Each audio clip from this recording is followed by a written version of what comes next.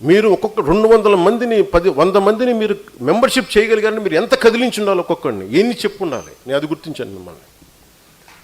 దాంట్లో ఒక 100 రూపాయలు 400 రూపాయలు నేను చూడాల. ఎంతమందిని మీరు కన్విన్స్ చేసిన ఇలా మాట్లాడాలి. నాదెండ్ల మనోహర్ గారి నియోజకవర్గం తెనాల్లో ఆయన టైలరింగ్ వృత్తి చేస్తారు. ఆయన పేరేంటి సార్? నాగరాజు గారు అంటారు. ఆయన టైలరింగ్ వృత్తి చేస్తా పొద్దునుంచి సాయంత్రం టైలరింగ్ చేసి సాయంత్రం ఒక 4 గంటలు అందరి ఇళ్ళకి వెళ్ళి పార్టీ సిద్ధాంతాలు చెప్పి మెంబర్షిప్ చేశాను. వాళ్ళు ఎవరు పేర్లు తెలియదు, నాకు తెలుసు వాళ్ళందరి పేర్లు. మీరు అందరూ అనుకోవచ్చు నా పక్కన ఉన్న దుర్గేష్ గారి పేరు, మనోహర్ గారు లేదు, నాకు తెలుసు. మీ అందరి పేర్లు తెలుస్తుంది నాకు. ఎందుకంటే నేను కూర్చోబెట్టి నేను చదువుతూ ఉంటాను, డేటా తెప్పించుకుంటాను. ఇలా ఉంటుంది డేటా నా దగ్గర.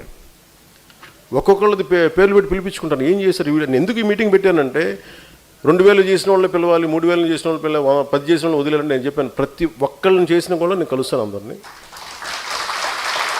ఎందుకంటే ఈరోజు నేను సంపాదించే సంపాదన మీరే. 1000 కోట్లు నాకు అవసరం లేదు, కానీ 20,000 మంది నా సాధకులు, 21 లక్షల మంది నా ఉద్యమీలు చాలు నాకు. నేను సంపాదించుకున్నది అంటే ఒక దేశం ఒక 10 మంది ఉగ్రవాదులు కూర్చొని దేశాన్ని వణికిస్తూ ఉంటే, అలాంటిది మీరు 20,000 మంది మీరు కూర్చొని మీరు బిగిన ఒక మాట పైన ఉంటే మీరు ఎంత మార్పుని పట్టుకురాగలరు? ఎంతని మందిని ఎలాంటి గుండాయిసనైనా కీళ్ళు కాళ్ళు వంచి మీరు కూర్చోబెట్టగలరు? మీ శక్తి మీకు తెలియదు, అంత బలంగా ఉంది. సో నాకు ఐ నీడ్ డిసిప్లిన్. ఈ మాట మాట్లాడాలి, ఎందుకు మాట్లాడతాం? ఈ మాట మాట్లాడకూడదు, ఎందుకు మాట్లాడడం?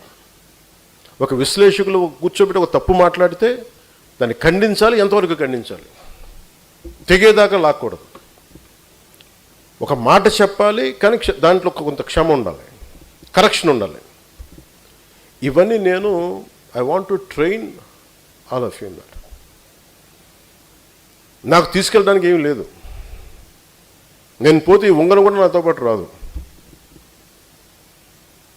కానీ నేను వదిలేది నా భావాన్ని వదిలేళ్తాను ఇక్కడ.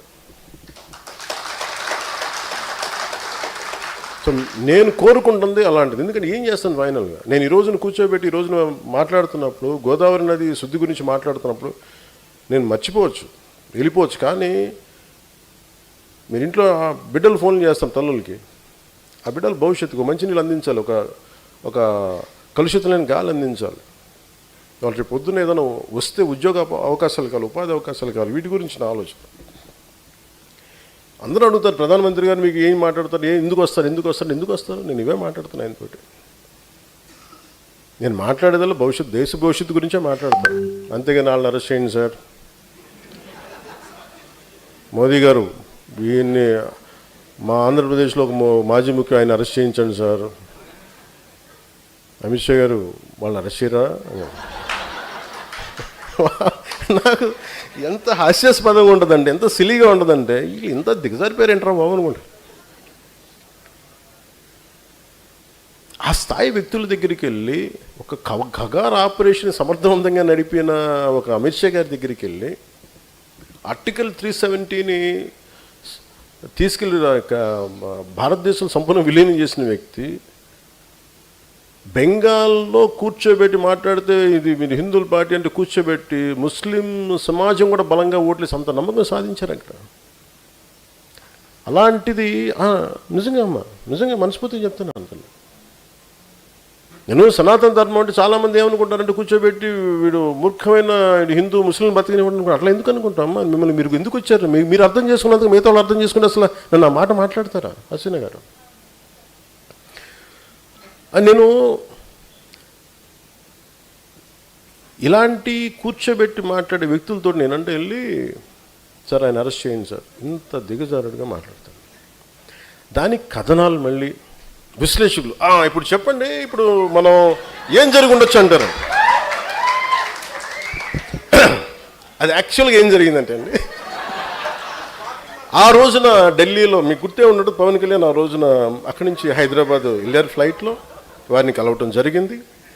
ఆ జరిగిన 32 నిమిషాలు 29 నిమిషాల 34 సెకండ్లలో 4 నిమిషం 32 సెకండ్లో ఇది లేవనెత్తారంట. ఆయన 6 నిమిషాల మటుకు లేదు దీన్ని ఖండించారు. ఇంత గొప్పగా చెప్తారు మహానుభావుడు. వీళ్ళందరూ కింద కూర్చున్నామని చెప్పండి. ఓకే ఓకే ఓకే అండి. దే నేను మనోహర్ గారికి చెప్పను నేనేం మాట్లాడాను. ఆయనకేం తెలుస్తుంది. ఏం మాట్లాడతాం నిజంగా ఆ స్థాయి వ్యక్తులు ఏం మాట్లాడతాం అంటే నేను కోర్టులు చెప్పాలండి. ఈ దేశ ప్రధాన న్యాయమూర్తులకి ఒక మాజీ ముఖ్యమంత్రి ఇన్ని కేసులు పెట్టాడు అని నేను చెప్పాలా?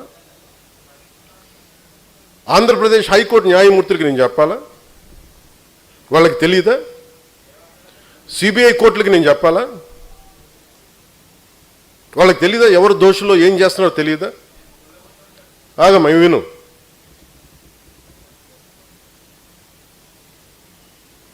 ఏ కేసుల్లో ఎవరు చేస్తున్నారో వాళ్ళకి తెలియదా? అందుకనే కదా దాఖలైన కేసులన్నీ. వీళ్ళకి మేము చెప్పాలా? అవమానం చేసినట్టుగా నిజంగా ఈ టీవీ సంస్థలు కానీ ఇలాంటి చేసే సంస్థలు నిజంగా ప్రజా సమస్యల గురించి మీరు ఎప్పుడన్నా మాట్లాడారా? ఇంత కలుషితం అవుతుంది, దీనివల్ల ప్రజలకు ఇంత ఆరోగ్యాలు పోయినాయి, అవి మాట్లాడరు మీరు. ఎంతసేపు ఎదవ చండాలపు రంకులు బొంకులు తప్ప మీరు మాట్లాడేది. చిన్నప్పుడు మేము ఒక ఏదో మ్యాగజైన్ గుర్తులేదు నాకు, ఏదో పేపర్ తెలుగు ఆంధ్రప్రభ అని తెలియదు, దాంట్లో ఫాలాక్షన్ డైరీ అని ఒకటి ఉండేది చిన్నప్పుడు. ఎప్పుడు చూడు దాంట్లో మొత్తం చూస్తే ఏడు వాడు రంకులు రంగులు మాకు అనిపించింది. మేము చదువుతుంది మా అమ్మ తిట్టేది, ఇదేంటో ఈ ఛానల్ని చందమంతో పాటు అది కూడా చదివాడు అని నాకు అనిపించేది. అట్లాగే మేము ఏదైనా చూద్దామంటే ప్రజలకి విఘ్నత కలిగించే మాటలు మాట్లాడతారా? విజ్ఞానం కలిగించే మాటలు చెప్తారు. ఎందుకంటే దానివల్ల ఓట్లు పడవు. పవన్ కళ్యాణ్ అని ఎవరిని తిడితే, పవన్ కళ్యాణ్ అని అమిత్ షా గారు కూర్చోబెట్టి ఒక లేని ఒక కథనం కలిగితే చూస్తారు. నిజంగా మీరు వెళ్ళి కూర్చోబెట్టి ఎంత సమస్యలు ఉన్నాయి, 33,000 32,000 మంది ఆ రోజున మనకి గత ప్రభుత్వంలో వెళ్ళిపోయారు నేను చెప్తే అందరూ అపహాస్యం చేశారు, నన్ను కేసులు పెట్టారు. మరి అదే హోంశాఖ కూర్చోబెట్టి పార్లమెంట్లో చెప్పింది, మరి డేటా రిలీజ్ చేసింది. ఆ రిలీజ్ చేసినప్పుడు వీటి గురించి ఎవరు మాట్లాడరు. ఈ చండాలపు రంకులు బొంకులు ఈ చండాలం తప్ప